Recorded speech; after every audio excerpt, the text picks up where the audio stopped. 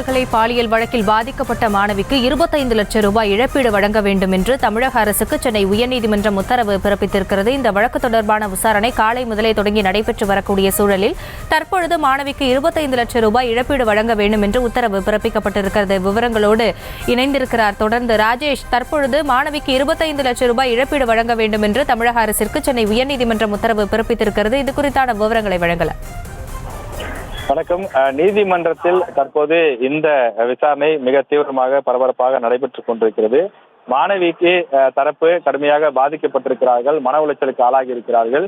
எந்த சூழ்நிலையிலும் அவரது படிப்பு தடைபடக்கூடாது எனவும், அவரிடமிருந்து மேற்கொண்டு தேர்வு கட்டணமோ கல்வி கட்டணமோ உள்ளிட்ட எந்த கட்டணத்தையும் பெறக்கூடாது எனவும் கல்லூரிக்கு அறிவுறுத்தப்பட்டுள்ளது.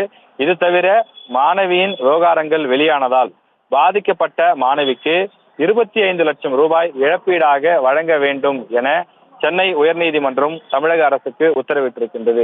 காரணம், அந்த மாணவியினுடைய அந்த அட்ரஸ் உள்ளிட்ட விஷயங்கள் எல்லாம் எஃப்ஐஆர் மூலமாக தெரிய வந்தது. அந்த எஃப்ஐஆர் லீக் ஆன விவகாரம் பெரும் சர்ச்சையை ஏற்படுத்தியிருக்கின்றது. பல்வேறு கட்சிகள் எல்லாம் கூட கண்டனம் தெரிவித்திருந்த நிலையில் நீதிமன்றம் இது குறித்து தன்னுடைய அதிருப்தியை வெளிப்படுத்தியிருந்தது.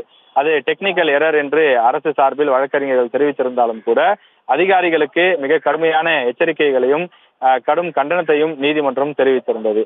இந்த நிலையிலேதான் மாணவியினுடைய அந்த அடையாளங்கள் போன்றவை வெளியில் வந்த காரணத்தினாலே அவருடைய குடும்பம் கடுமையாக மன உளைச்சலுக்கு ஆளாகி இருக்கும்.